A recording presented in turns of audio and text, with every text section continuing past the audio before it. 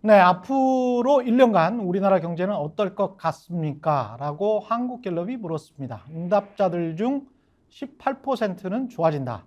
56%는 나빠진다고 응답. 나빠진다는 의견이 압도적 다수였습니다. 그렇다면 앞으로 1년 여러분 가정, 귀대의 살림살이는 어떨 것 같습니까? 라고 물었더니 역시 좋아진다가 15%, 나빠진다가 32%로 살림살이가 나빠질 것이라고 판단하는 사람들이 좋아질 것이라고 판단하는 사람들보다 2배 이상 많았죠. 그런데 말입니다. 응답자들을 정치 성향별로 나눠보니까 중도나 진보들은 전체 의견보다 더 비관적인 반면에 보수만 그래도 국가 경제가 좋아질 것이다. 이게 상대적으로는 비율이 높았고 특히 자신의 살림살이가 좋아질 것이다. 이렇게 응답한 사람들, 보수 응답자들은 23%, 나빠질 것이다 20%로 나타났습니다. 정치 성향별로 따지면 유일하게 본인들 살림살이 그나마 좋아질 것이라고 대답했다는 겁니다. 이게 진짜 현실이 그런 것인지 아니면 본인들 소망만 그런 것인지 알 수는 없습니다만 여하튼 조사 결과로만 보면 앞으로 점심 저녁 밥값, 술값 낼 때는 가장 보수적인 분들이 내는 걸로 살림살이가 좋아지는 유일한 집단이다라고 스스로 인정했으니까요. 그러면 그나마 좀 공정해질 것 같습니다. 어떻게 생각하십니까? 안녕하세요. 스픽스 시청자 여러분, 저는 오늘부터 정치본색 진행을 맡은 최경영입니다.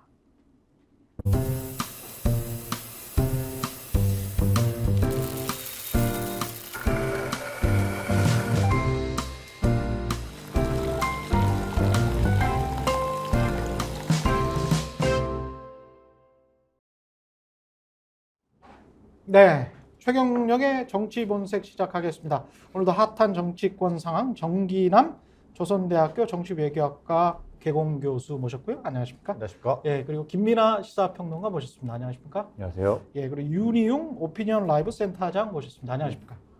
예, 재밌는 이야기들이 지난 주말 많이 나왔는데 그 중에서 가장 뭐랄까요? 사람들의 관심을 끈 것은 한동훈 장관, 법무부 장관이 비대위원장이 유력하다 이런 보도가 나왔는데 이거는 뭐 거의 사실로 굳어지는 분위기입니까? 어떻습니까? 글쎄요, 뭐 오늘 아침 어떤 언론들은 그냥 아예 못을 박았더라고요. 못을 박았어요? 못을 박은 언론도 있고. 못을 박았어? 그럼에도 불구하고 네. 오늘 이제 국회의원 또 당협위원장 연석회의라는 형식을 통해서 최종 결론이 나겠죠. 그래서 특정인을 추천하는 방식이 될 텐데 글쎄요, 뭐 오늘까지 지켜보겠습니다만 지금까지 진행되는 모습을 보면 한마디로 어처구니가 없다.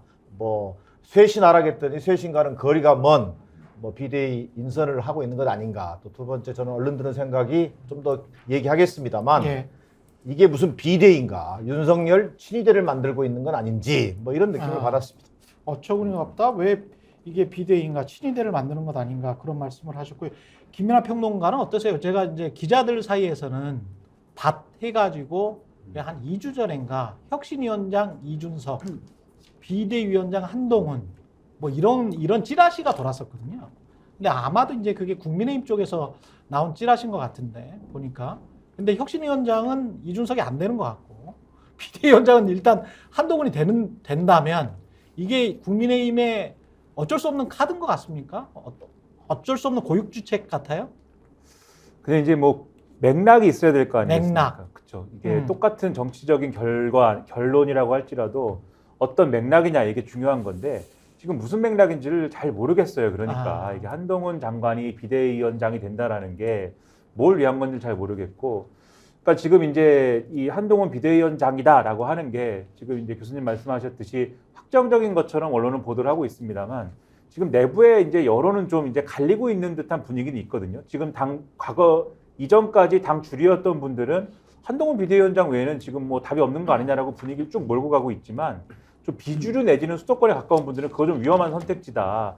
근데 위험한 선택지다라고 하면서도 완전히 지금 대통령하고 먼 사람을 비대위원장으로 추천할 수는 없기 때문에 그냥 그러면은 김한길 국민통합위원장으로 하자라든지 뭐 이런 얘기를 하고 있어요. 그러니까 대통령의 복심이지만 한동훈 비대위원장이 아닌, 한동훈 법무부 장관이 아닌 사람 얘기를 막 하는 그런 국면이어서 오늘 이제 마지막까지 결론이 어떻게 날지는 지켜봐야 되겠지만 맥락이 중요하다고 드린 말씀은 그러니까 이게 당의 혁신의 어떤 의미로서 한동훈 비대위원장이 말이 되려면은 한동훈 이 법무부 장관이 적어도 비대위원장으로서 당의 어떤 제대로 갈 길을 제시를 하든지 아니면 윤석열 대통령하고 앞으로는 뭔가 이제 당이 할 말을 하는 그런 관계로서 당이 거듭나는 어떤 길을 뭐 가야 된다고 한다든지 뭐 그런 것들을 이제 할 수 있어야 된다는 믿음을 줘야 되지 않습니까?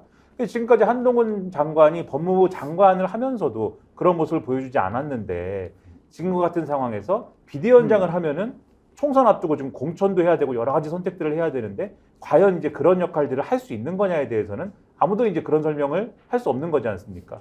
그래서 이제 당 주류 일각에서는 그런 얘기도 막 하는 것 같아요. 과거에 이제 김영삼 정권 당시에 이회창 총리 사례라든지 또 이명박 정권 당시에 이제 박근혜 비대위원장 사례라든지 이런 사례를 들어서 그런 신선한 역할을 해서 뭔가 분위기 전환을 할 수 있는 카드다라고 설명하고 있는데 이거는 완전히 다른 사례죠. 왜냐하면은 그 당시에 이회창 총리 같은 경우에는 김영삼 대통령 그 지지자들이 화형식하고 이랬는데 허수아비 만들어가지고 반대가 심했죠. 그렇죠. 완전히 이제 대척점에 있는 캐릭터로서 이제 자리매김했던 그런 상황에서 이제 대권 주자가 됐던 케이스고 박근혜 비대위원장 사례도 그 이전까지 계속 당내 야당인 것처럼 그런 어떤 존재로 자리매김하다가 그다음에 비대위원장 되면서 그때 이명박 대통령의 인기가 떨어져가는 상황에서 뭔가 분위기 전환이 된 사례인데 지금 한동훈 장관이 그런 위치가 아니지 않습니까? 그러니까 맥락을 만들어내지 못하니까 당 주류들이 그런 얘기하는 거거든요.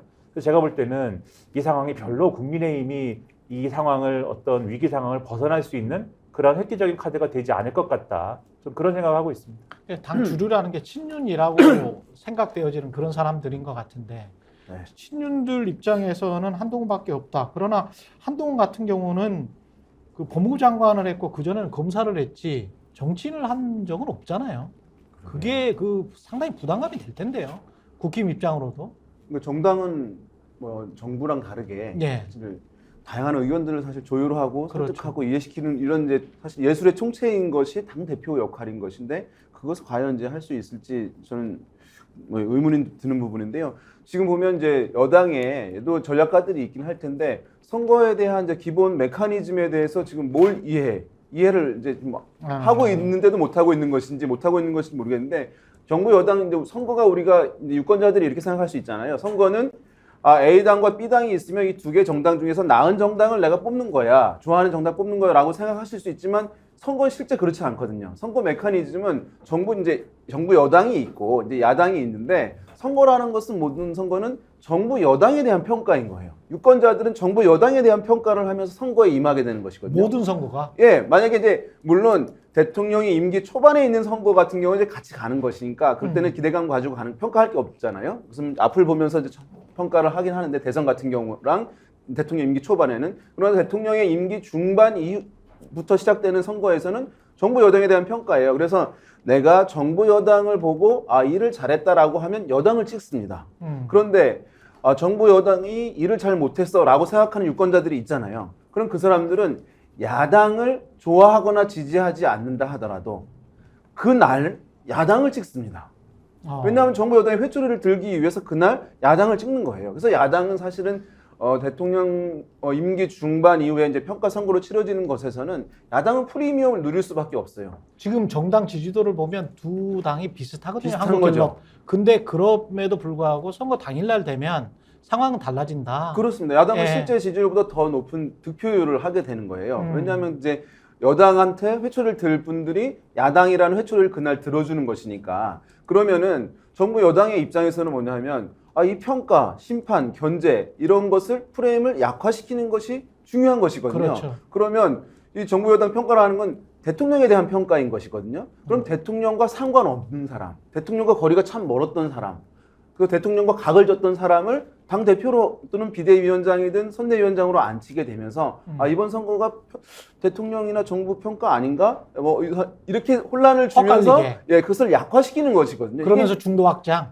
전통적인 이것이 선거의 전략인 것인데 정부 여당에 그런데 한동훈 장관을 비대위원장으로 앉힌다라고 하는 거는 대통령과 너무 가깝게 더 가까워질 수 없는 한 몸으로 만들어 버리는 것이니까 이 평가 프레임 정부에 대한 이것을 더 오롯이 받겠다는 것으로밖에 비춰지지 않는 것이니까 그런 면에서 이것은 너무 전략적이지 않은 그런 근데 흐름. 이런 거를 정치 구단들 뭐 8단들 7단들이 많이 있을 텐데 국민의힘에 별로 없죠. 없어요?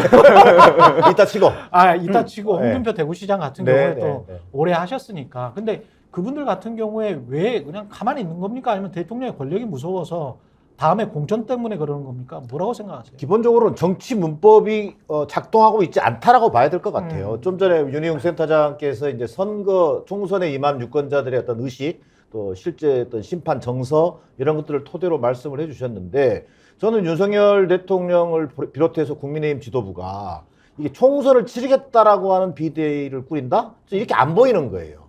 최소한의 상식 자체가 안 맞다는 거예요.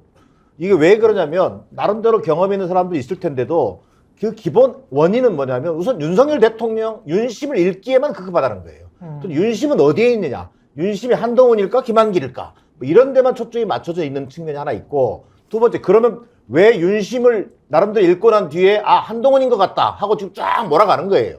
그래서 지금 오늘 당협위원장 앞두고도 뭐 윤핵관 중에 한 명이 일일이 다 전화 돌린다는 거 아니에요. 뭐 예를 들면 윤심은 한동훈이야 라고 막 지금 몰아가기로 하고 있단 말이에요. 근데 과연 이게 또 윤심인지도 일단 뚜껑을 열어봐야 알 것 같아요. 윤심 그러는데 윤심이 옳은지 그게 당리당략적으로 따져도 국민의힘에 도움이 되는지 그 판단은 해야 되는 거 아니에요? 최소한의 그런 판단도 정당이면? 정당이 이전에 뭐 거의 당정 관계에 있어서 이미 수직적 관계라고 하는 것이 혁신의 제1과제로 부상한 속에서 윤심을 바라본다, 윤심의 뜻을 쫓고 있다는 얘기는 이미 그걸 포기했다라고 밖에 설명할 수 없는 거죠.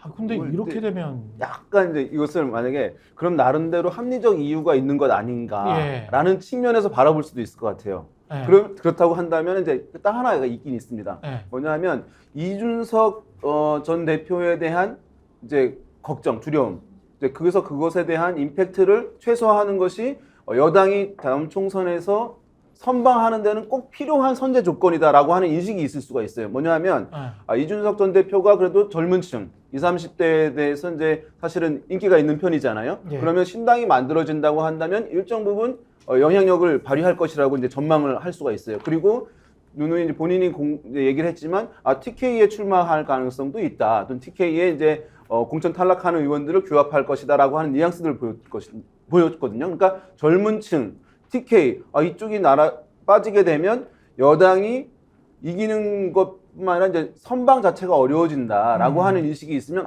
그러면 한동훈 장관이 이렇게 나서게 되면 그래도 이 젊은 층의 관심을 받고 있는 상황이니까 이준석의 파괴력을 좀 약화시킬 수 있는 것 아니냐. 그다음에 최근에 TK 방문 등에서 상당히 강한 메시지들을 냈잖아요. 그런 부분들은 TK에서 지지 이탈이 또 느슨해지는 것을 좀 막을 수 있지 않을까라고 하는 차원에서 먼저 급하게 그 국면을 생각해서 한동훈 장관을 좀 투입을 해야 된다고 하는데 좀 꽂혀서 이게 일이 진행된 측면이 있다고 아니, 만약에 얘기할 수는 있어요. 그게 맞다면 네. 여기에서 지금 제일 젊은 한동훈 장관보다 더 젊은 김민하 평론가 입장에서는 한동훈 장관이 인기가 있습니까? 이준석과 한동훈을 비교했을 때 2030에게 뭐 지금까지 이제 윤석열 대통령의 인기가 너무 이제 가라앉았기 때문에 그렇죠. 그것과 비교하면 상대적으로는 이제 한동훈 장관의 인기가 상대적으로는 그것보다는 높다고 할 수 있어요. 그런데 이준석 전 대표의 어떤 인기, 지금 이제 이준석 전 대표의 지지층이 있지 않습니까? 예. 그 지지층에서 이준석 전 대표를 대체할 정도의 이제 인기가 있을 수 있는 거냐, 한동훈 장관이 좀 그렇지는 않고, 그래서 제가 생각할 때 한동훈 장관이 이제 구가할 수 있는 그러한 인기의 최정점은 뭐냐면 윤석열 대통령 전성기의 그 인기예요. 그러니까 지난번에 이제 대선에 출마했을 때 최대치를 이제 끌어모았던 그 인기 있지 않습니까? 거의 이제 40까지 나왔었나요? 그때 득표율 자체는 이제 40%대 중반대까지 갔던 건데 그 숫자의 어떤 의미라기보다는 그때 사람들이 가졌던 기대 있잖아요. 그렇지. 윤석열 대통령이 뭔가 저렇게 얘기하기도 하고 저런 태도도 있지만 중도지향적인 것도 일부 있을 거야. 그리고 개혁적일 거야. 그렇죠. 공정과 상식적일 거야. 그렇죠. 뭐 이런 아마도 거. 뭔가를 하면 저런 모습도 있을 거야라고 했던 기대들이 있지 않습니까? 그러니까 한동훈 근데 이제 실제로 대통령이 되고 뭔가를 해보니까 그게 이제 없잖아요. 지금 열어보니까 뚜껑을 열어보니까 그게 없어서 실망을 한 거지 않습니까? 근데 한동훈 장관은 아직 뚜껑을 안 열어본 것 같은 기대감이 아직 남아 있는 거죠. 그러니까 그런 게 있으니까 혹시 열어보면 우리가 윤석열 대통령한테 확인하지 못했던 그런 게 있을지도 몰라. 이게 이제 보수적 유권자 층에 있기 때문에. 또는 보수 언론이 즉 이제 부추기는 측면도 있겠죠. 근데 그거 보수 언론의 분위기 또 이상해요. 요새 지금 그래요? 분위기가 좀 이상한데. 그래? 그래서 이제 그런 게 있기 때문에 보수적 유권자들의 그러한 어떤 뭐랄까요. 지금 이제 우리의 어떤 뭐 여론조사라든가 이런 기존에 쓰던 어떤 용어로 얘기를 하면은 보수층 결집의 최대치를 할 수도 있어라는 카드에 그러한 이제 영향은 있어요. 이 한동훈 비대위원장 카드가. 그런데 그게 단기적으로 총선 앞두고 짧게 쓴다 그러면 그게 이제 있을 수는 있는데 장기적으로 예를 들면 대선까지 바라보고 한동훈 카드를 그렇게까지 가져간다라고 했을 때는 저는 이 결말이 윤석열 대통령에 대한 실망감하고 똑같이 될 거라고 보거든요. 왜냐하면은 한동훈 장관이 보여줬던 지금까지의 캐릭터라든지 메시지가 윤석열 대통령이 보여줬던 거하고 크게 차별화되지 않습니다. 그러니까 예를 들면은 대구에 가서 내놨던 메시지나 이런 것도 그런 거지 않습니까? 대구에 가서 예를 들면은 대구 시민들 굉장히 존경한다라고 말씀했는데 왜 존경하냐고 하는 거에 있어서는 이 대구라는 도시를 적에게 넘겨주지 않았다라고 하는 그 굉장히 올드한 메시지잖아요. 적에게 넘겨주지 않았다. 6.25 당시에 적에게 6.25 넘겨주지 당시에. 않은 도시다라고 하는 거. 그러니까 언제적 얘기입니까 그런 게. 그리고 이제 예를 들면은 이제 산업화에 있어서 굉장히 앞장서서 산업화했던 그러한 도시다라고 하는 메시지. 근데 이제 그 다른 지역 다른 시민들은 산업화 같이 안 했나요? 그러니까 대구를 특별하게 얘기하는 그 메시지의 코드 뭘까? 결국 박정희 이병철 코드 뭐 이런 건데.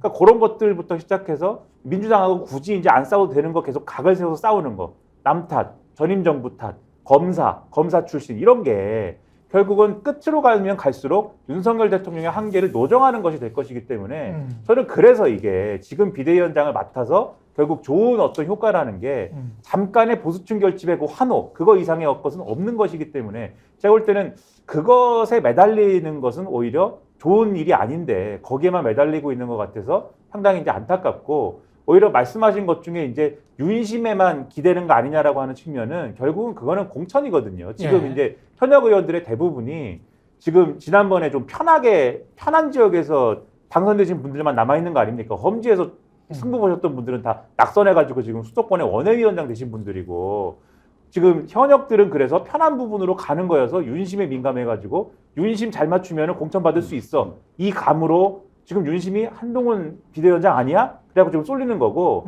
수도권에 지금 험지에서 열심히 싸워야 되는 분들은 지금 윤석열 대통령 아바타처럼 돼가지고 한동훈 비대위원장 되면은 수도권에서 못 이길 것 같은데 그래가지고 지금 다른 말 하려는 거 이 구도거든요 지금. 그래서 지금 이 날린 건데 그래서 윤심에만 눈치 보는 이 환경이 사실은 지난번에 그 선거 결과 때문에 거기서 또 잉태된 거라서 이거 지금 어떻게 할 수가 없다. 이야기를 듣다 보니까 계속 진통제만 맞추고 있는 상황이 아닌가 뭐 그런 생각도 들고요. 한동훈이라는 진통제는 얼마나 약효가 있을지는 모르겠습니다만 근본적인 처방은 안 될 것 같다라는 의견이 많은 것 같습니다. 근본적 쇄신에는 관심이 없는 거예요. 근본적 쇄신에는 관심이 없다. 그러다 보니까 예. 한동훈이라는 카드를 쉽게 선택하는 것이고 좀 전에 뭐 두 분께서 얘기했습니다만 한동훈은 아마 최대 보수 결집을 하는 데 있어서는 유리한 카드일 수는 있다고 봐요. 최대 보수 결집. 예, 그러나 어쨌든 왜 그러냐면 한동훈의 지금 지지층을 보면 과반 이상이 사실은 60, 70대 이상이거든요. 그리고 고령층이고 예. 그다음에 보수층이란 말이에요. 그래 중도 확장성은 여전히 확인된 바 없다. 그것도 그냥 희망사항일 뿐인 거예요. 그러니까 수도권의 서울의 평균적인 도시 자치구에서 한동훈이 나와서 승리할 수 있을까 없을까 거기에 관해서도 지금 사실은 의견이 갈리는 상황이죠. 그렇죠. 그런데 예. 특히 20, 30대 뭐 여론이 좋다고 그랬지만 이건 상대적인 거고. 그러니까 강남 서쪽 송파만 빼면 그렇죠. 거기를 예. 빼고 나면 사실은 20, 30대 젊은 층에서는 10% 지지대밖에 안 돼. 지지밖에 안 돼요. 예. 물론 뭐 여론조사를 통해서 더 정확하게 얘기할 수 있겠지만 그래서 저는 한동훈 그럼에도 불구하고 왜 한동훈 카드가 거론되느냐? 김민하 평론가가 약간 그 시사한 바가 있습니다만 저는 역시 공천이다. 공천이다. 총선 승리보다는 공천이 먼저 중요하다. 총선 승리는 그 다음 문제고 우선 현역들, 친윤들, 윤핵관들 입장에서는 어떻게든 윤심을 팔아서라도 한동훈이 되면 그래도 우리를 자르진 않을 거야. 우리를 자르진 않을 거야. 우리 정도는 다 받아주지 않겠어? 우리는 데리고 갈 거다. 우리는 데리고 갈 거다라고 하는 그 일종의 아주 일단 안전빵으로 가자. 나는 왜? 총선 승리는 그 사람들 문제가 아니에요. 어찌 보면. 그렇죠. 자기만 당선되면 되는 거란 말이에요. 내 당선이 문제. 내 당선이 문제니까. 결국은 왜? 근데 만약에 일설에서 얘기되는 것들이 아직 확인된 바는 아닙니다만 예. 저는 한때 윤심이 용산했듯이 김한길 국민통합위원장이다. 이런 얘기가 꽤 돌았어요. 예. 근데 여전히 지금도 김한길 위원장이냐 한동훈이냐 사이에서 고민하고 있는 사이에 그것도 밭. 예, 이쪽에 그러나 찌라시. 어쨌든 이 당에서 지금 한동훈으로 밀어붙이는 분위기거든요. 근데 이걸 이제 추론입니다만 김한길 위원장이 됐을 경우에는 본인들 목숨조차도 지금 그렇지. 보장받기 힘든 상황이 될 수도 있다. 중도 확장 앞으로 간다면 그걸 내세우면서 예. 만약에 김한길 비대위가 구성됐을 때 방향을 그쪽으로 틀어버리면 친윤, 윤핵관들조차도 자기 목숨을 소위 이른바 보장하기 어려운 그런 환경을 지금 애써 거부하고 싶어서 그런 나름대로 한동훈이라는 카드로 지금 밀어붙이는 거 아닌가? 제가 이런 생각할 수 있겠다. 역으로 이렇게 한번 질문을 드려볼게요. 윤희용 센터장님한테. 지금 연합뉴스에 나온 것도 여 비대위원장 차출론 한동훈 외부 일정 돌연 취소 이게 가장 최근에 나온 뉴스고요. 동아일보의 단독에 보면 한동훈이 당원 지지자가 원치 않으면 국힘 입당이나 비대위원장을 안 한다는 입장 이렇게 지금 동아일보는 나왔거든요. 그러면 이거는 이 뉘앙스는 추대를 해달라는 거잖아요. 이거는 추대거든요. 이건 자기를 추대를 하지 않으면 본인이 이제 가지를 않겠다. 그러니까 추대라는 거는 일종의 동원인 거죠. 그래서 여러와 같은 8, 90%, 100%의 동원 그리고 그때 당시 속으로는 어떤 생각을 가지고 있을지라도 그런 모양새를 갖춰야 자기가 2인자로서 등극할 수 있다. 네. 그런 이야기인 것 같고 그런 대관식을 위한 준비의 과정이라고 보십니까? 근데 역으로 보면 이런 동원이라는 입장에서 봤을 때는 왜 우리가 총선이 30대 30의 싸움이라고 하잖아요. 30만 잘 동원하면 우리가 이길 수도 있는 것 아닌가. 네. 예, 우리라는 건 이 국민의힘 입장에서 그러면 그런 생각을 계속 끊임없이 대통령실이나 집권여당은 가지고 있는 거 아니에요? 그런 유혹이 있는 거 이게 아니에요? 이제 옛날 같은 경우에는 예. 이제 그 말이 맞았습니다. 예. 총선이랑 지방선거는 대선만큼 투표율이 높지 않으니까 예. 우리 지지층만 불러와서 잘 단도리를 하면은 이길 수 있어. 그리고 특히 보수정당 같은 경우는 투표율이 60대 또는 70대 이상 유권자들은 높으니까 이거 투표율이 우리 한 50% 초반대만 되면은 무조건 이겨라고 하는 것들이 이제 정석이었어요. 그런데 최근에 이제 사전투표 도입되고 하면서 지방선거나 총선 등도 막 60% 넘어가는 거예요. 투표율이 60% 된다는 거는 중도층도 대거 나온다는 겁니다. 그러니까 본인의 지지층만 집결해서 결집시켜가지고 선거를 치셔서 이길 수가 없는 거예요. 그래서 이제 그 논리는 옛날 논리여서 옛날 사실 논리다. 맞지가 않고 지금 보게 되면은 한동훈 비대위원장이 이제 될 수도 있을 텐데 우리가 전략이라고 하면 전투에선 지는 것 같아도 전쟁에서 이겨야 이제 전략이 성공했다 얘기할 수 있는 거잖아요. 그런데 지금 보면 여권에서 보면 전투에서 항상 이기려고 하는 부분도 있어요. 왜냐하면 대통령의 권위가 손상되지 않도록 하기 위한 것이 목적이 굉장히 크니까. 그러니까 김기현 대표를 앉히는 문제라든가 또 다른 경쟁자들을 끌어안치는 문제, 그다음에 만약 한동훈 비대위원장이 되는 과정 이런 것 한다면은 전투에 이기는 것처럼 보여요. 대통령의 의사가 반영되는 것처럼 보이니까 용산의 의사가. 그렇지만 제일 중요한 것은 안정적인 국정 운영을 하고 폭넓게 지지를 받고 선거에서 이기는 거잖아요. 근데 그런 것과는 사실 거리가 멀어지는 부분이니까 전쟁에서 이길 생각을 해야 되는데 전투에서 이길 생각을 하는 부분이 있고 이 국면에서 보면은 한 가지 사실 큰 변화가 있어요. 뭐냐면 한동훈 비대위원장 된다 하더라도 잘 보세요. 예전에는 이렇게 친윤의 목소리가 나오잖아요. 반대말이 없었어요. 지금 보면은 우리가 엊그젠가 있을 때 한동훈 장관이든 누구든 반반 정도 의견이 나왔다. 찬성 반대가 이렇게 하잖아요. 김주애랑 비교하는 것도 나왔잖아요. 네, 그러니까 김웅원 같은 경우. 맞습니다. 공개적으로 반대한다는 흐름이 반 정도는 있다는 얘기가 나온 거예요. 네. 그러면 거기서 또 말을 못 하시는 분들이 있을 수 있잖아요. 그렇죠. 실제로는 사실 상당하게 있다는 거고 목소리가 사실 나오고 있어서 여권 내부의 흐름이 이정환과는 상당히 달라지는 흐름을 저는 이 국면에서 좀 보여주는 측면이 있어서 그것도 의원총회만 그런 것이고 의원총회에서 110석 그들 말고 이제 당협위원장 하는 사람들 지역구에서 위원장 하는 사람들 같은 경우는 특히 이제 수도권이 과반이기 때문에 그 절반이기 때문에 그 사람들은 굉장히 좀 속이 타는데 그걸 또 원내에다가 직접적으로 이야기를 못하는 그런 상황 아닙니까? 그 여론까지 반영을 하면 국민의힘 내에서도 야 이렇게 가다가 수도권 진짜 강남 서초 송파 정도 빼고는 굉장히 힘들어진 거 아닌가 그런 걱정을 하시는 분들이 꽤 있는 것 같아요. 실제 그래서 당에 아마 윤핵관들을 중심으로 해서 그런 우려가 있기 때문에 예. 오늘 그 국회의원 당협위원장 연석회에 상당히 우려했을 수도 있다고 봐요. 그런 여론이 터져 나올 수가 있는 거거든요. 선거를 도대체 어떻게 치르란 말이냐 뭐 이런 얘기가 충분히 나올 수 있는 상황이기 때문에 그런 우려가 좀 반영된 것으로 보여지고요. 또 두 번째는 저는 이게 윤희용 센터장 얘기 속에서 아주 공감하는 내용이기도 하겠습니다만 저는 또 일정 측면에서는 윤심의 장악력이라는 것이 좀 여전한가라고 하는 것도 좀 의구심이 있다. 장학력 그립감. 네, 그립감. 이게 왜 그러냐면 그것은 지난번에 김기현 당대표 전 대표 문제도 마찬가지잖아요. 예. 그러니까 국회의원 불출마를 하라고 했더니 당대표 사퇴만 하고 그냥 도망가 버렸단 말이에요. 그런 것에서 본다든지 또 아니면 의원총회에서 사실 한동훈 그 추대설에 대해서 비대위원장설에 대해서 뭐 심지어 김주의 얘기가 나온다는 얘기는 이게 뭔가 윤심이 그대로 지금 선거 앞에서 제대로 작동하고 있는 거냐 이런 어떤 얼마든지 그런 설명도 또 추론도 가능한 거 아니냐 이런 생각 들어볼 수 있죠. 과거에는 고개를 이렇게 굽신거리는 분위기였다면 지금은 좀 고개를 대들고 뭐 그래 뭐 어째서 뭐 그런 뭐 어떻게 한번 뭐 이런 거 같은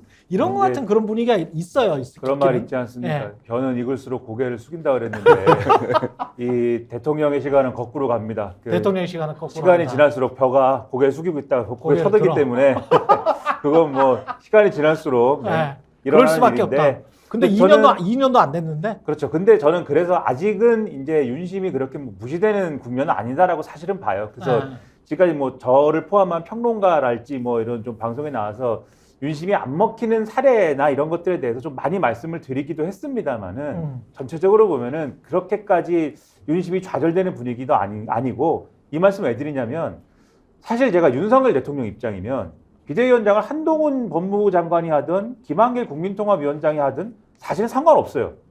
윤 대통령 입장에서는.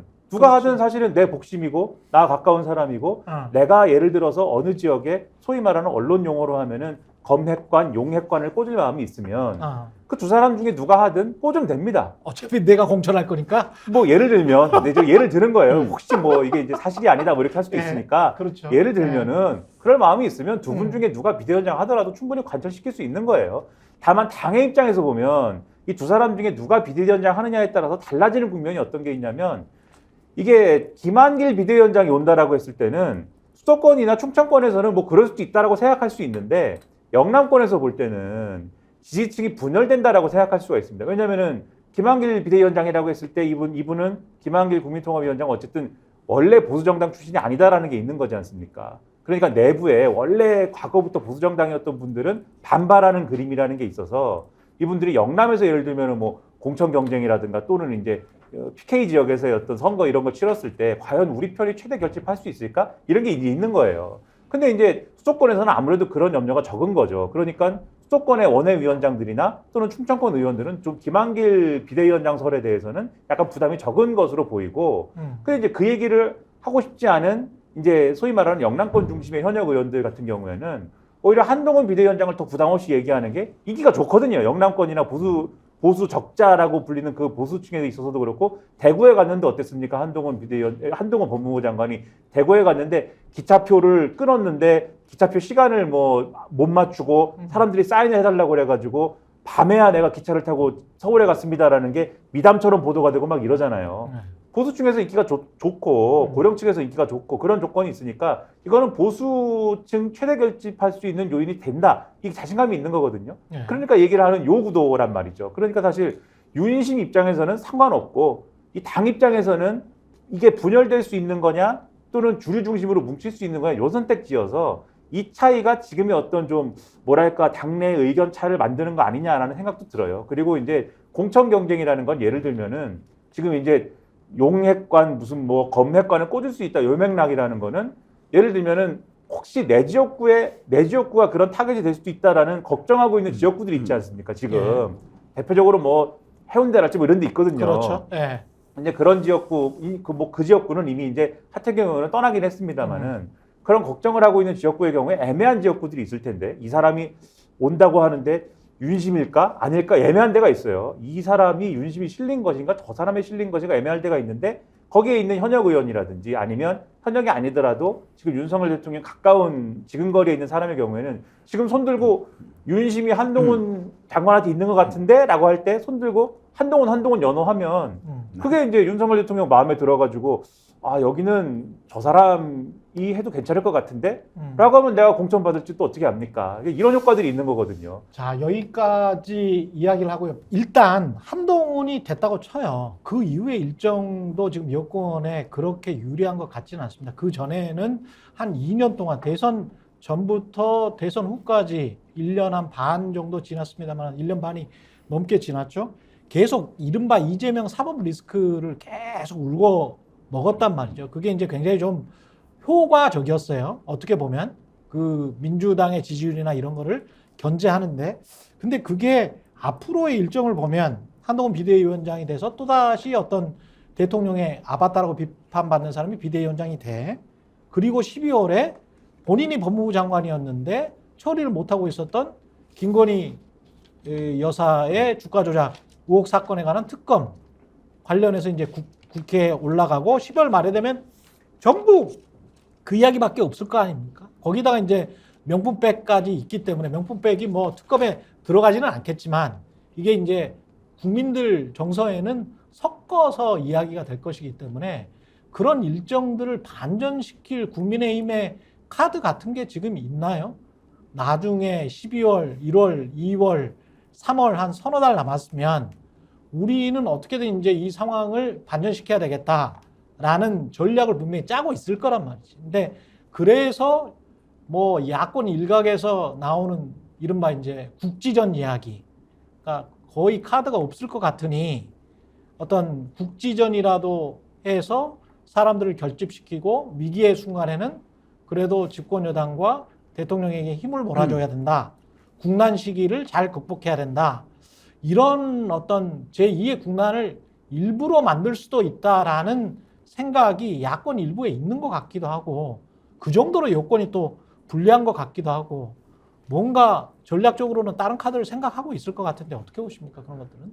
이제 뭐 다음 총선을 해서 여권이 이제 할 수 있는 것이 무엇이 있을까 예. 얘기들 많이 있거든요. 그렇죠. 그래서 이제 첫 번째로 뭐 의대 정원 확대 관련해 가지고 약간 이제 갈등 국면이 있어서 그걸 이제 해결해내는 모습을 통해 가지고 국민적 신뢰를 얻도록 하겠다. 그 다음에 많이 이제 보도되었던 이제 김포 뭐 이제 서울 편입과 관련해서 이제 이런 이제 뭐 메가 서울, 그래서 이제 전국적으로 다른 지역까지 확산시켜서 메가시티 관련한 전략으로 뭐 충청권, 영남권, 호남권까지 해가서 갈 것이다라고 하는 부분들이 있는데, 이것들이 많이 소진 이슈라고 하는 것은 사실 찬반이 있어야 되는 것인데 그렇죠. 의대정원 확대는 야당도 반대하는 게 아니어서 네. 사실 그것도 임팩트가 사실은 생각만큼 크지 않을 수가 있는 부분이고, 이 메가시티 문제는 사실 반작용도 클 수 있는 것이거든요. 지역의 반발들 같은 경우에 서울만 더 커지는 문제들에 대한 그런 부분이 있겠고, 그 다음에 그래서 이제 말씀하신 대로 약간 이제 안보 상황들이 좀 긴장이 고조되고 할 경우에는 그때는 전쟁은 아니지만 전쟁이 준행이기 때문에 국민적 심리가 이제 안정희구적 성향이 강해지는 것이니까 그렇죠. 정부 여당에 대해서 약간 이제 힘을 실어줘야 한다는 기류가 형성될 수 있는 것이거든요. 그러니까 그런 부분들이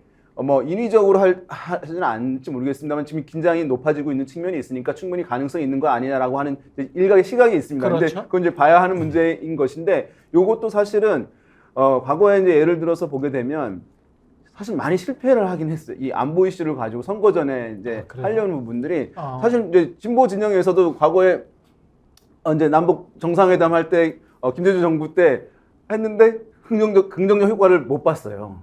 사실은. 그 다음에 2010년에 보면은 이제 그 남북 그 긴장 조치를 이명박 대통령이 이제 했는데, 그때 이제 지방선거가 있었지만 그렇게 긴장이 고조되면서 어떤 문제가 발생했냐면 뭐 환율이 출렁거리고 뭐 경제가 막 나빠지고 하면서 사실은 그 지방선거에서 여당이 참패를 했었거든요. 그러니까는 국민들이 남북 관계에서 어떻게 약간 인위적인 것을 하는 것처럼 비춰지는 경우에 사실은 오히려 역풍 비슷한 것들이 그렇군요. 불어지는 경우가 많았지, 예. 의도한 대로 사실 굴러간 경우가 많지 않거든요.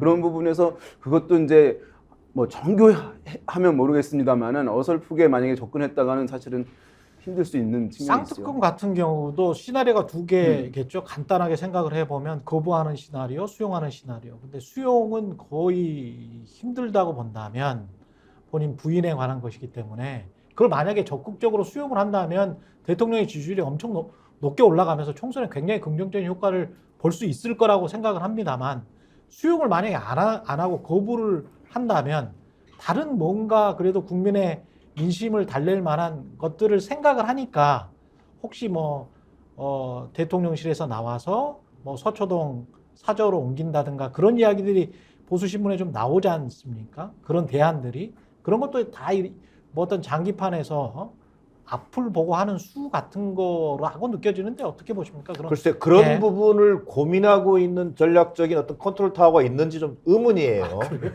아니, 왜 그러냐면 그렇다면 저는 예. 이 비대위부터 시작해서 예를 들면 공간이 선대위로 이어지는 이런 일련의 흐름을 좀 치밀하게 조율할 수 있어야 한다고 생각해요.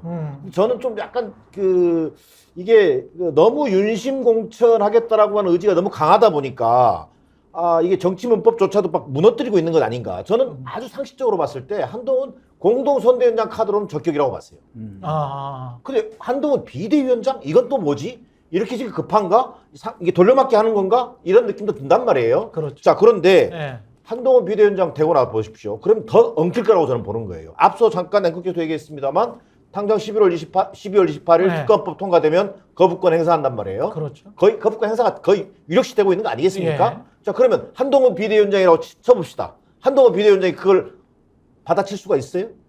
거의 본인이 문 자체가 없을 거란 말이에요. 본인이 거의 뭐 법무부 장관이 법무부 장관일 때도 그랬을 뿐만 아니라 윤석열 아바타라고 하는 또는 윤석열의 분신이라고 하는 그 본질에서부터 한 발짝도 못 벗어날 거란 말이에요. 그럼 그날부로 비대위는 이 정치권 용어로 얘기하면 그냥 선도가 확 떨어져 버릴 수밖에 없을 거란 말이에요. 선도가 떨어진다. 그런 예. 게 한계를 뻔히 보면서까지 한동으로 밀어붙이는 정무적 감각. 두 번째, 이 비대위라고 하는 것이 앞서도 얘기했지만 지난번 문재인 2020년 선거 앞두고 문재인 때의 어떤 이를테면 김종인 비대위라든지 뭔가 비대위라는 것이 갖는 가장 핵심적인 이유는요. 쇄신이거든요. 쇄신. 그렇죠. 쇄신과 혁신이거든요. 예. 과연 그러면 한동훈 비대위원장이 갈 수 있는 쇄신이 뭐냐는 거예요. 자기 살을 깎아내야 되는데 좀 전에 얘기하는 것처럼 윤건희 특검법 같은 만약에 특검법 전국이 도래했을 때 과연 윤석열 대통령을 밟고 올라서는 연출을 할 수 있을 것인가. 그런 고민을 하고 그런 전략적인 고민을 하는 단위가 있는가. 저는 대단히 회의적이다. 어떻게 보십니까? 대통령실에 그런 전략적 고민을 하는 단위가 있을까요? 그래도 김대기 비서실장이랄지 뭐 명색으로 보면 2인자니까 대통령실에. 예. 근데 전략적 고민을 뭐 해도 그 전략적 고민을 한 바를 보고를 하면 대통령 마음에 들지 않으면 화를 낼 텐데 뭐 무슨 소용이 있습니까? 그러니까 예를 들면 그러니까 최근에 신문을 보면 뭐 경로하시고 뭐 이러잖아요, 대통령이. 경로를 자주 하세요. 그러니까요. 네. 그러면 소용이 없을 건데 그게 무슨 소용이 있겠습니까? 아까 이제 보수 언론의 뭐 요즘에 이제 보도의 톤이나 이런 걸 말씀하셨는데 저는 그게 어떤 큰 보수 세력의 잘 기획된 어떤 움직임이나 이런 거라기보다는 지금 보수 언론도 실력 행사하는 거라고 봐요. 실력 행사를 하고 있다. 그러니까 강서구청장 보궐선거 패배 이후에 이 빨간불 들어온 거잖아요. 큰일 났다는 분위기인 거잖아요. 그 이후에 보수 언론들의 보도 태도를 보면은 물론 이제 좀 뭔가 분위기를 만들어 봐야겠다라는 어떤 부분이 있으면은 나서서 윤석열 정권에 도움이 되는 보도도 하지만 사설이나 오피니언이나 이런 칼럼이나 이런 걸 통해서는 계속 뭘 때리거든요.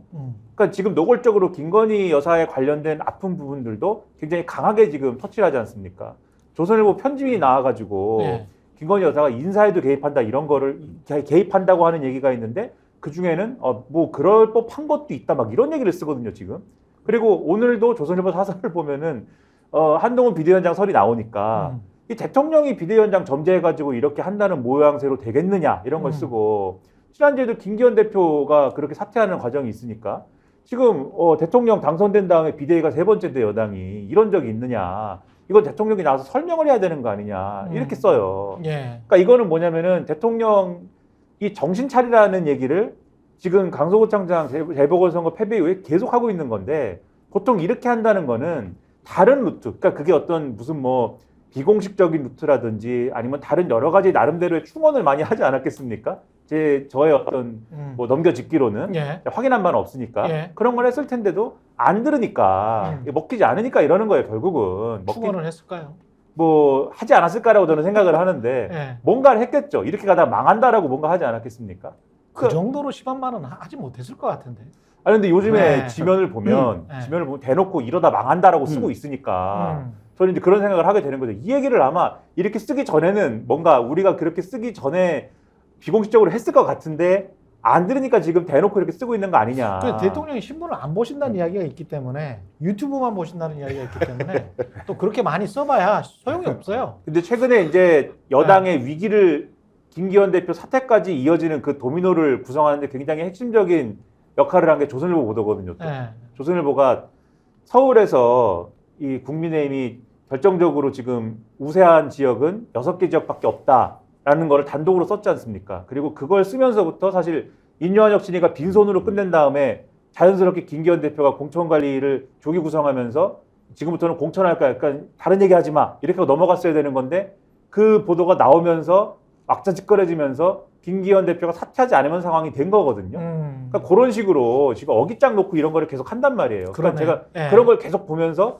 이게 실력 행사한다는 맥락이 있다라는 걸 느끼는 게 그래서인데 그게 왜 그렇게 되는 거냐에 대해서 지금 말씀드리는 게 말을 안 듣는 거다 대통령이. 그러니까 말을 안 듣는다라는 거는 보수 언론의 말을 안 듣는다도 있지만 전략 단위가 있어도 대통령실에 여러 기구가 있고 참모가 있고 뭐가 있어도 이거는 말을 안 듣는 것이고 말을 안 듣는다라는 게 여러 가지의 어떤 그게 뭐 고언이 됐든 충언이 됐든 보고가 됐든 뭐가 됐든 안 들으니까 이게 작동을 안 하는 것이다라는 생각이 드는 거고 그럼 뒤집어 얘기해서 앞으로 선거를 앞두고 그런 기대하시는 분들이 있어요. 보수적인 논자들 중에 그래도 대통령이 과거에 이제 대통령 선거할 때 보면은 이준석도 껴안고 뭐 이 필요할 그랬죠. 때는 그렇죠. 필요할 때는 변화를 해서 전략적인 선택을 할 것이다.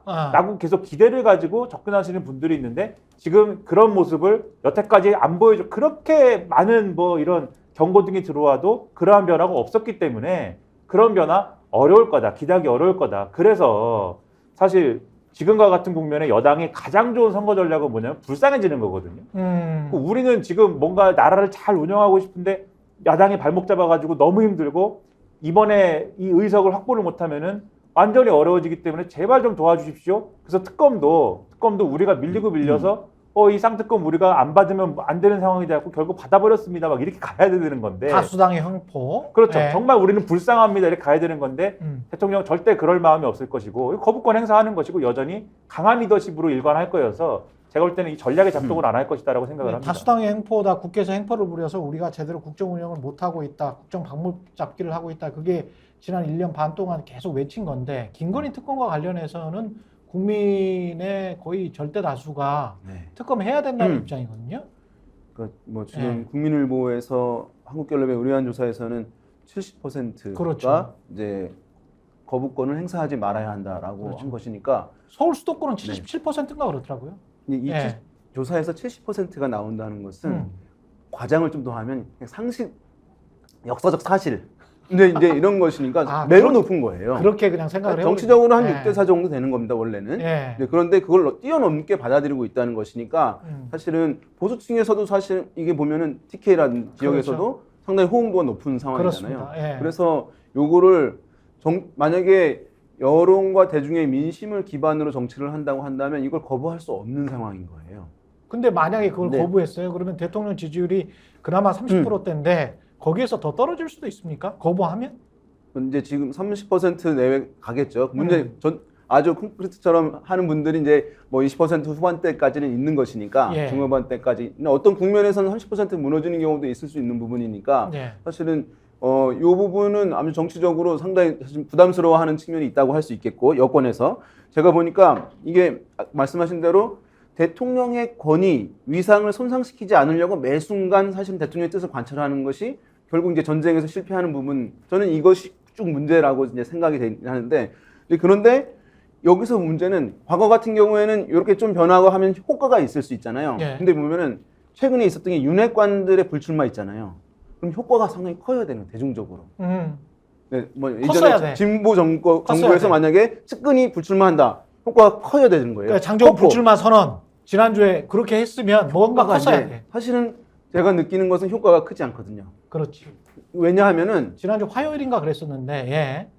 대통령이 있고, 근데 대통령은 잘 모르고 원하는 것이 아닌데 이 측근들이 전횡을 했어. 그러면 전횡들이 전횡하는 걸 멈추고 불출마를 하니까 이젠 정상화 되겠다라고 생각하는 인식이 국민들한테 있어야 그 효과가 있는 것이거든요. 그때 근데 지금 박근혜 같은 전 대통령 경우는 때 십상시 그런 것처럼. 네, 근데 예. 지금은 이 윤핵관들보다 윤석열 대통령이 더 전면에 있다는 것을 다 알고 있는 거예요.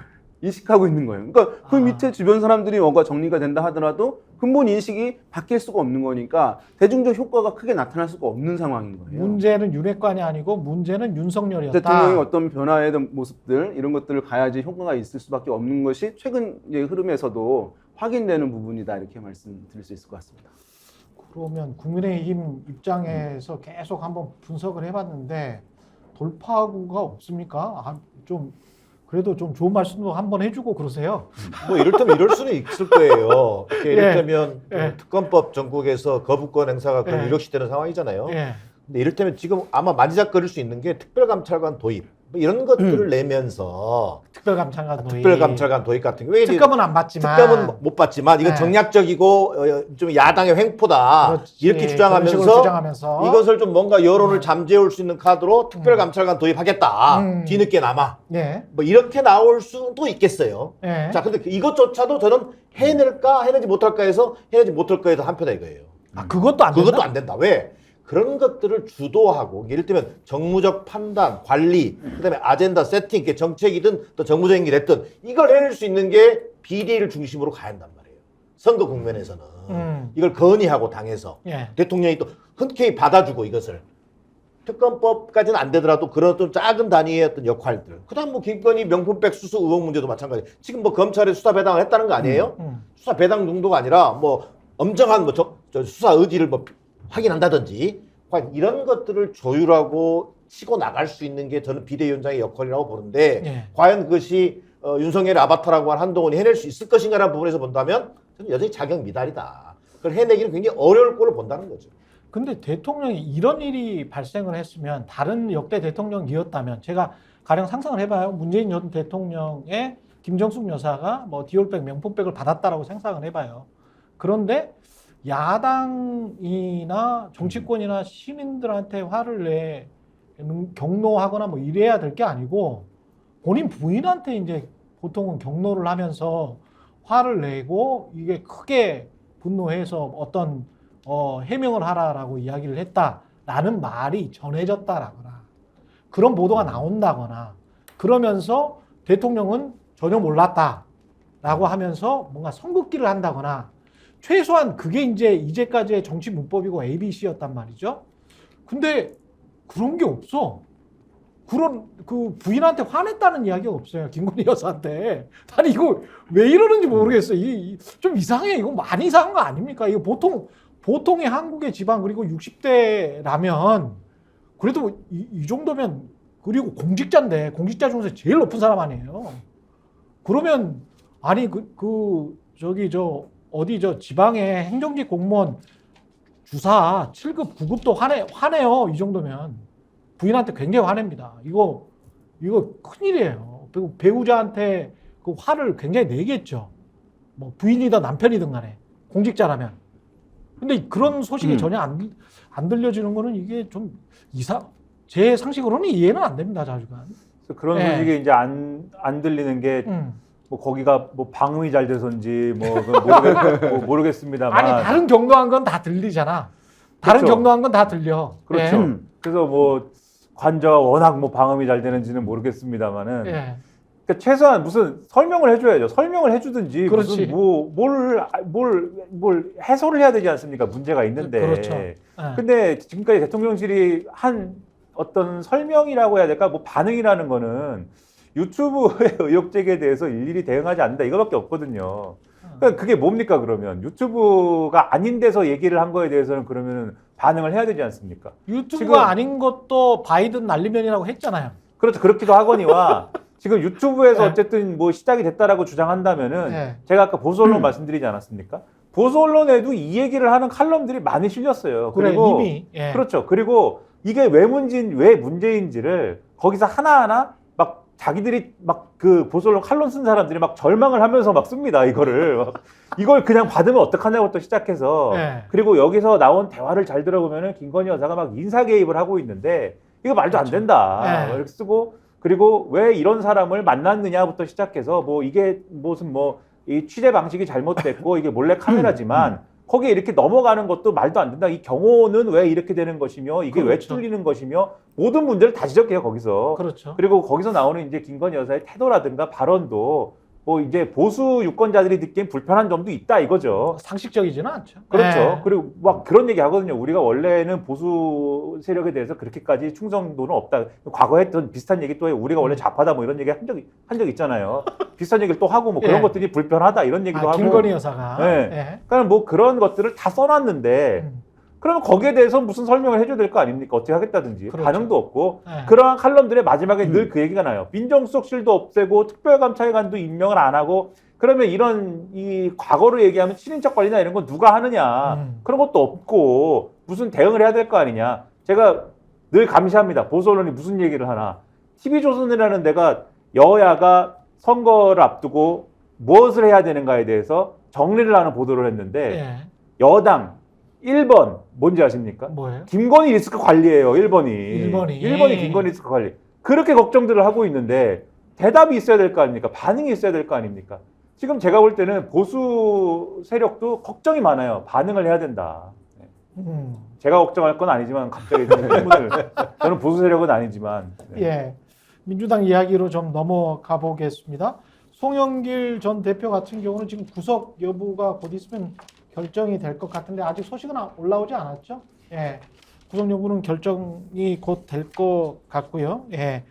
관련해서 어떻게 보세요? 이게 아까 제가 말씀드렸던 이른바 이재명 사법 리스크가 순도가 계속 떨어지면서 한 2년 동안 계속 이야기를 하다 보니까 별로 민주당한테 타격이 별로 없고 반사 효과라는 게 또 국민의힘한테도 별로 없는 것 같은 그런 양상인데 지금 송영길 전 대표 같은 경우는 구속영장 실질심사가 진행되고는 있습니다만은 어떤 결과가 나오느냐에 따라서 어떤 정치적으로 좀 뭔가 바뀔까요? 민심의 향배가 바뀔까요? 어떻게 보십니까? 이런 것들은?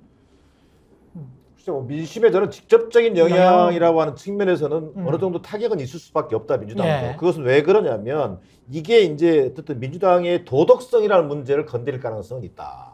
송영길 전 대표가 이게 구속이 되든 구속영장이 오늘 뭐 심사가 돼가지고 구속이 되든 또 구속이 되지 않든 어쨌든 구속이 됐을 때는 그 충격이 좀 더 크겠죠. 예. 뭔가 금품 로비의 실체가 드러난 거 아니냐. 그래서 야당 대표가 결국 구속된 거 아니냐. 이런 측면에서는 좀 클 거고 또 불구속이 되더라도 여전히 여당 입장에서는 이것을 선거 때 내내 민주당의 도덕성 시비를 가지고 끌고 간다는 측면에서는 일정하게 민주당이 부담이 되는 건 사실이다. 예. 악재 중에 하나로 보고 이걸 관리할 필요는 있다. 관련해서 계속 이제 플랜카드로 국민의힘 같은 경우는 이재명 사법 리스크, 송영길 전 대표 그 돈 받은 의혹 같은 것들 그런 것들을 계속 이제 제기는 해왔고 앞으로도 제기할 것 같은데요. 그러니까 마땅한 총선에 임하는 적극적인 공세 카드가 없는 상황이니까 국민들 민심을 이제 되돌리기 위한 카드가 없으니까 사실은 어쩔 수 없이 야당에 대한 공세를 저는 이제 다시 할 수밖에 없을 것이라고 보여져요. 그래서 이제 이런 경우에 우리가 부르면은 그 이름을 쌍방 심판론이라고 부르는 거예요. 원래 이제 쌍방 그냥 심판론. 원래 예. 선거는 정부 여당에 대한 평가나 심판인 거잖아요. 예. 그런데 이제 야당도 심판해야 된다는 걸 여당에서 만들어내는 거예요. 야당이 이제 거대 권력이다, 의회 권력. 그리고 문제가 많다. 그러니까 야당도 심판해 주세요. 그러니까 전통적 문법에는 없는 것인데 이것을 이제 최근처럼 뭐 이렇게 이제 유튜브 채널들이라든가 이렇게 해서 양극화되어 있는 상황에서는 그럴싸하게 먹히는 측면이 있을 수 있거든요. 그 지지층한테는. 또다시 대선처럼 윤석열 대 이재명 뭐 이 이런 구도로 구도로 끌고 해서 가려는 최소한의 보수층들을 결집할 수는 있는 것이니까 사실 이것은 지난번 총선에서 민주당도 사실은 은연중 활용됐던 프레임인 거예요. 예. 그러니까 탄핵 이후에 보수정당이 이렇다 심판을 받지 않고 지나왔었는데 지난번 총선에서 그래서 이 심판이 필요하다고 하는 프레임들이 전달이 되었고 그것이 먹혀준 거예요. 2020년에 그 여당이지만 이긴 거잖아요.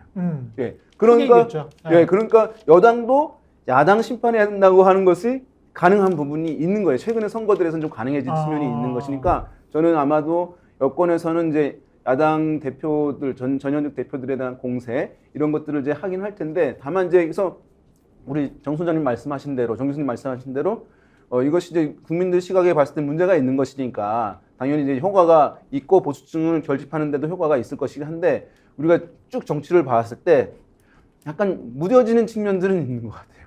너무 많이 해서 예, 계속 오래된 것이니까 네. 우리가 한계효용 체감의 법칙이라고 뭐 할까요? 그러니까 사실은 그런 부분이 있는 측면들도 좀 있어서 초반에 공세했던 것만큼은 그 효과가 약간 제약될 수도 있는 그런 국면 아닌가 근데 검찰 생각합니다. 캐비넷이라는 게 무궁무진해서 검찰 캐비넷에 뭔가 더 있지 않을까요? 2월, 3월에 뭔가를 더 꺼낼 준비를 분명히 할 것 같은데. 지금 이제 한동훈 비대위원장이 돼야 되는 이유도 그 얘기하는 분들이 있어요, 여당에. 그러니까는 검사 대 피의자 구도가 좋다. 그러니까 한동훈 대 이재명 구도도 좋다. 그러니까 윤석열 대 이재명이랑 똑같은 건데 예. 한동훈 대 이재명 해가지고 이제 이재명 대표를 비롯한 아, 민주당의 뭐 586 운동권들 등등 해서 예. 이 사법 리스크들이 다 있다. 예. 그래서 이제 그런 구도가 좋다, 뭐 이 구도인데 지금 말씀하신 캐비넷까지 갈 것도 없고 사실은 재판이 계속 진행 중이지 않습니까?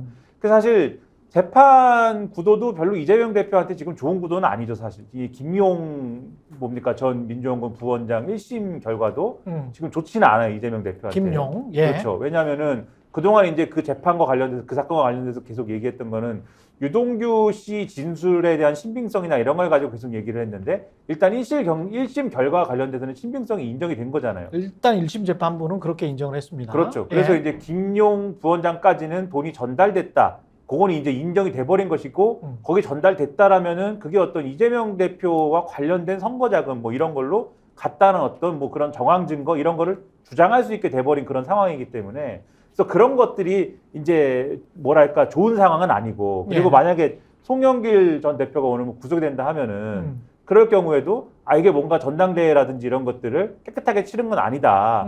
이런 것들이 이제 확정적으로 돼버리는 그런 상황처럼 받아들여질 수가 있어서 예. 그런 것도 원래는 이제 여론에 영향을 미치는 게 안 좋은데 민주당 입장에서는 이런 것들은 최대한 이제 얘기를 안 하는 거죠. 그러니까 아예 얘기를 안 해서 이제 뭐 없는 상황처럼 최대한 이제 볼륨을 낮춰버리는 거고 최대한 얘기를 많이 하고 싶어 하는 건 뭐냐면 이재명 대표를 겨냥해서 수사를 했는데 구속이 안 됐다. 그러니까 기각이 됐잖아요. 예. 영장이 기각이 되지 않았습니까? 이재명 대표가. 예. 그래서 사실은 그게 굉장히 큰 일이에요. 그러니까 사실 그때 지나고 보니 그게 큰 일이었어요. 그렇죠. 예. 그걸로 지금 사실은 민주당 입장에서는 그걸로 다 덮어버릴 수 있는 상황인 거죠. 여론의 어떤 상황에서는. 그러니까 어떤 재판에 1심이 나오기 전까지는 총선 전에 1심이 나오기 전까지는 사법부의 판단이 그게 가장 컸던 걸로 지금 생각되어집니다. 그렇죠. 예. 이 사람들의 인식이라는 거는 지금 아까 말씀하셨듯이 한계효용의 법칙도 말씀하셨지만 사법 리스크와 관련돼서 뭐 이런 얘기도 있고 저런 얘기도 있고 굉장히 복잡한 얘기들이 헷갈려. 많은데 근데 결정적으로는 이재명은 법원에 갔는데 나왔잖아. 예. 이게 기억이 남아 있으니까 그 얘기만 하는 겁니다. 그러면은 역으로 생각해 보면 사실 그때 체포동의안이 부결이 됐으면은 예. 그게 없었을 거거든요. 그렇지. 구속영장을 예. 심사를 안 받았을 거고 그렇죠. 기각이라는 결과도 없었을 것이기 때문에 그 사건이 없었으면 지금 상당히 위기였을 수 있어요. 이런 상황이라고 하면. 지금의 포지셔닝이 더 안 좋았을 수 있네. 그렇죠. 근데 예. 어쨌든 간에 그걸 겪는 바람에 그 기각이 되는 바람에 이게 전화위복이 돼가지고 지금 상황이 된 거여서 오히려 이게 상황이 다행이라고 된 거에 사실은 역사의 아이러니라고 하는 거죠. 그러니까 이게 오히려 그 사건 때문에 지금 말씀하신 송영길 전 대표의 뭐 구속 여부라든가 이 김용 부원장의 1심 선고라든가 그다음에 아마 이재명 대표 뭐 이 선거법 관련 위반 사건에 대한 뭐 판결이라든가 이런 게 언제 나올지 뭐 좀 봐야 되겠는데 이런 것들에 대한 영향이 상당히 반감될 거다 이렇게 봐야 될 것 같습니다. 근데 워낙 검찰이나 언론에 뭐 기울어진 운동장 그런 이야기를 많이 하고 있고 그렇기 때문에 선거 막판에 가서는 또 어떤 일들이 벌어질지는 모르겠고 그리고 무엇보다 이제 민주당 내부에서 뭐 친명 비명 이야기 합니다만은 최근에는 이낙연 전 대표가 신당 창당한다. 그리고 조국 신당 이야기. 이낙연 전 대표는 급브레이크가 밟힌 것 같긴 합니다만 여하튼 잠재되어 있는 리스크란 말이죠. 이거는 정치적인 리스크라고 볼 수 있는데 이재명 당대표 입장에서는 이 이낙연 전 대표 그리고 조국 신당 이 문제는 어떻게 처리가 되어져야 될까요? 그리고 그게 민심과 그러니까 이재명 당대표가 뭐 민주당의 정권을 잡고 총선을 앞장서서 나가는 게 좋은 건지 아니면 통합 비대위로 가는 게 좋은 건지에 관한 어떤 논의도 지금 활발하게 이루어지고 있잖아요. 찬반이 굉장히 좀 팽팽한 것 같은데 세 분은 어떻게 보시는지 그것도 좀 궁금합니다. 예. 유니온 센터장. 어떻게 예. 가야 될지는 저도 뭐 깊이 고민한 부분은 아니긴 할 텐데 예. 사실은 지금 이제 이낙연 이제 전 대표 전 총리 신당 창당 관련해서는 이렇게 대중의 흐름 차원에서 봤을 때 사실은 이제 임팩트가 크지 않거든요. 예, 왜냐하면 이게 이제 실제로 그 조사 이제 한 게 있잖아요. 보게 되면 좋게 본다 이게 34% 나왔으니까 상당히 사실은 이게 효과가 클 것 같다라고 하는 이제 해석이 있을 수 있어요. 수치만 놓고 봤을 때. 그렇지만 이 좋게 본다고 하는 것은 이제 뭐 긍정적으로 그게 있을 수 있다고 하는 가능성으로서 이제 포함돼서 최대치를 얘기를 하는 것이지 실제로 상당히 되면 내가 지지를 하겠다 하고는 완전히 다른 것이거든요. 뭐 절반 그보다는 절반 또는 그 이하가 될 수도 있는 것이니까 이 그렇죠. 34% 자체가 의미를 크게 두기 힘든 부분이 있겠고 그 다음에 이것이 또 실제 의미 있으려고 한다면 좋게 본다라고 하는 것의 실제 세부 내용에서 정치적으로 지지할 수 있을 것 같은 사람들에서 더 높아야 돼요. 그렇죠. 좋게 본다는 게. 예. 그러면 민주당 쪽. 민주당에서 또는 네. 호남에서 뭐 이런 사람들이 또는 중도층에서 그렇죠. 높아져야 되는데 보게 되면 국민의힘 지지층에서 54%니까 이 34%가 나온 게 한 데는 예. 국민의힘 지지층에서 이렇게 왜냐하면 내가 좋아하는 정당과 그 반대편에 있는 싫어하는 정당을 힘들게 하게 되면은 호응을 하는 것이거든요. 그 효과가 큰 거예요. 그래서 지금 이낙연 전 대표가 뭐 중도 성향이 있고 한데도 불구하고 무당층에서 뭐 25% 이렇게 나왔잖아요. 예. 그런데 지난번에 이제 이준석 신당도 비슷한 조사가 있었거든요. 그렇죠. 그때는 사실 말이 돼요. 왜냐하면 무당층이나 중도층, 무당층에서는 30%도 넘었고 중도층에서는 40% 넘고 좋게 본다고 좋게 하는 본다가. 시각이. 예, 그러니까 지지할 만한 분들이 더 높게 본다고요. 뭐 근데 뭔가 좀 이낙연 신당 베이스가 있는 거네 그쪽은. 베이스가 예. 있는 거죠. 젊은 층도 그렇고. 근데 지금 이낙연 신당은 그게 안 맞는 상황이기 때문에 임팩트가 크지 않아서 최근에 이제 신당을 한다는데 이게 뭐 이제 개인적인 어떤 측면에서 하는 것은 맞겠는데 세력과 같이 가서 그다음에 이것이 세력이 커지고 이런 행보로 가야 되는데 전혀 그렇지 않아서 크게 아마 제가 봤을 때 민주당 지도부에서도 만류는 하긴 합니다만은 예. 이것을 두려워하거나 걱정하는 기류는 예. 사실 크지 않을 것이라고 봅니다. 그럼에도 불구하고 이재명 당대표가 뭔가 통합적인 리더십을 더 보여야 이 민주당의 지지도도 그렇고 총선에 대한 민주당 입장에서 보면 총선에 대한 승리도 낙관할 수 있을 텐데 그걸 지금 낙관할 수 있는 분위기는 아닌 것 같단 말이죠. 그거는 워낙 윤석열 대통령의 지지율이 낮기 때문에 거기에 관한 반사 효과는 분명히 볼 수 있겠습니다만은 내가 가서 획득하는 것, 내가 가서 골을 넣는 것, 그러니까 민주당이 가서 직접 골을 넣을 수 있느냐, 그리고 민주당이 집권정당으로서 바로 이렇게 다이렉트로 내년 뭐 한 3년 후에 남은 대선까지 갈 수 있느냐, 거기 그것과 관련해서는 확신을 지금 못 주고 있는 것 같기 때문에 그것과 관련된 리더십이 어떤 형태로 나타나야 되는 것이냐, 그게 통합비대위고 여전히 이제 이재명 당대표가 어떤 대선 후보로서 막강하게 뒤에 있는 어떤 통합형 비대위냐, 아니면 이재명 대표가 그냥 그 전면에 선, 지금처럼 전면에 선 그런 총선이냐, 이게 지금 민주당으로서는 제일 숙제 아닙니까? 저는 그 대목과 예. 관련해서 민주당의 위기의식, 그래서 이재명 대표의 위기의식이 대단히 박약하다. 라는 게 제 판단입니다. 지금 현재 이낙연 신당 뭐 앞서 나왔습니다만 대단히 명분 없는 일이죠. 그렇죠. 자, 그럼에도 불구하고 이낙연 신당이 만약에 창당하게 된다면 가장 큰 타격을 입는 건 민주당이고 이재명 대표가 될 것이다. 뭐 이런 관점에서 민주당이 좀 위기의식을 가져야 된다. 그다음 두 번째, 윤석열 정권에 대한 소위 심판 정서. 이거 그대로 민주당 지지로 연결되고 있지 않다. 자, 그러면 어떻게 하면 이것을 민주당 지지로 끌고 갈 수 있을 것이냐. 그건 다른 말로 하면 통합이라고 하는 측면. 당 내에서는 통합, 당 바깥으로는 국민적으로 보면 혁신. 여기 통합과 혁신의 이니셔티브를 이재명 대표가 쥐어야 된다. 주도권을. 그러네. 그런데 불구하고 지금 이재명 대표가 과연 쥐고 있느냐.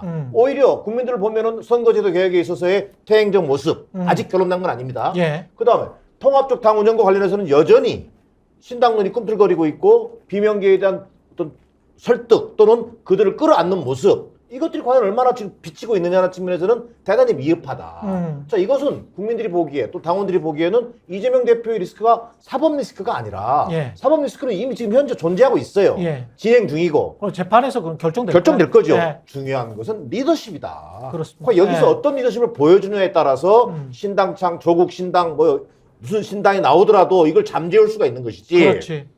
지금 이대로 이재명 대표가 아니야. 지금 윤석열 정권 심판 정서가 크기 때문에 또 내 문제에 관한 어떤 움직임이 있어서도 안 돼. 이대로가 좋아. 이런 기조로라면 난 언제든지 그 위기가 찾아올 수 있다. 자, 그런 위기식을 얼마나 지금 민주당이 갖고 있느냐에 대해서는 대단히 저는 회의적이다.